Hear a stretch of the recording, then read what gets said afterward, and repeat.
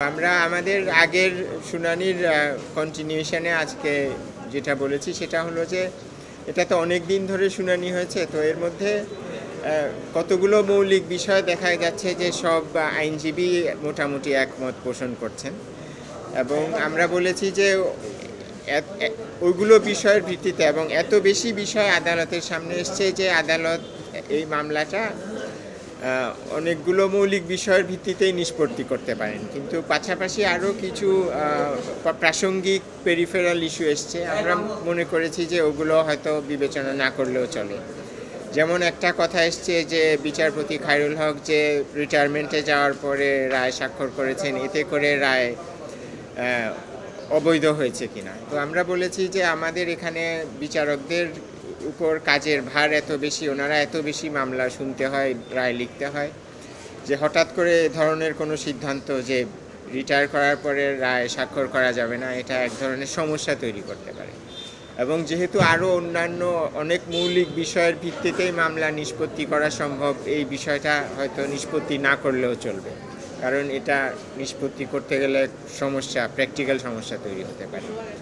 আর আমরা আদালতের কাছে আমরা যা আগে চেয়েছি সেটাই আজকে রিপিট করেছি যে হ্যাঁ, সেটাই বলছি যে আমি চেয়েছি যে আদালত যে রায়টা রিভিউ করছেন বিচারপতি খায়রুল হকের নেতৃত্বে যে রায়, সেটা বাতিল করবেন, এবং সেটা বাতিল যদি করা হয় তাহলে ত্রয়োদশ সংশোধনী সংবিধানে ফিরে আসবে, এবং ফিরে আসার পরে আমি বলছি যে এটা কার্যকর হবে আগামী ফেব্রুয়ারির সংসদ নির্বাচনের পরের নির্বাচন থেকে, অর্থাৎ চতুর্দশ সংসদ নির্বাচনের সময় থেকে এটা কার্যকর হবে। কারণ এখন আমরা সাংবিধানিকভাবে যে অবস্থায় আছি তাতে করে এটাকে এখনই কার্যকর করা সম্ভব নয়।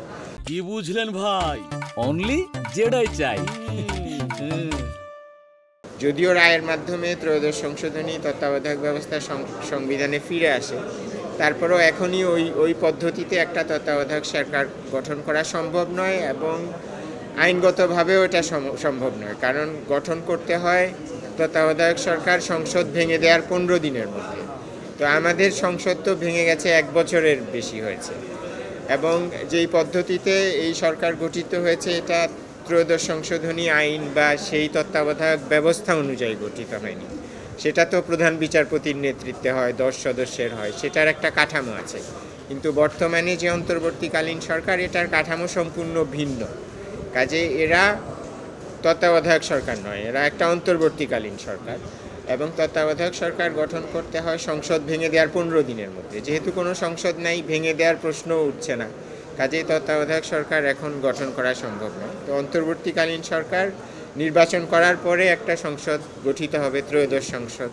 সেই সংসদ যখন ভেঙে যাবে তখন এটা কার্যকর হবে। তো আমি বলছি যে কনফিউশন এড়ানোর জন্যে আদালত এই বিষয়টা পর্যবেক্ষণ দিয়ে পরিষ্কার করে দিতে পারেন, না হলে দেখা যাবে আদালতের রায়ের বিভিন্ন রকম ব্যাখ্যা হচ্ছে, যার ফলে এক ধরনের অস্থিরতা তৈরি হতে পারে। কাজেই আদালত ব্যাখ্যা না দিলেও রায়ের ব্যাখ্যা এটাই দাঁড়ায়, কিন্তু তারপরেও এই অনিশ্চয়তা, অস্থিরতা অ্যাভয়েড করার জন্য এই ব্যাখ্যাটা আদালত দিয়ে দিতে পারেন, এটা আমি বলেছি।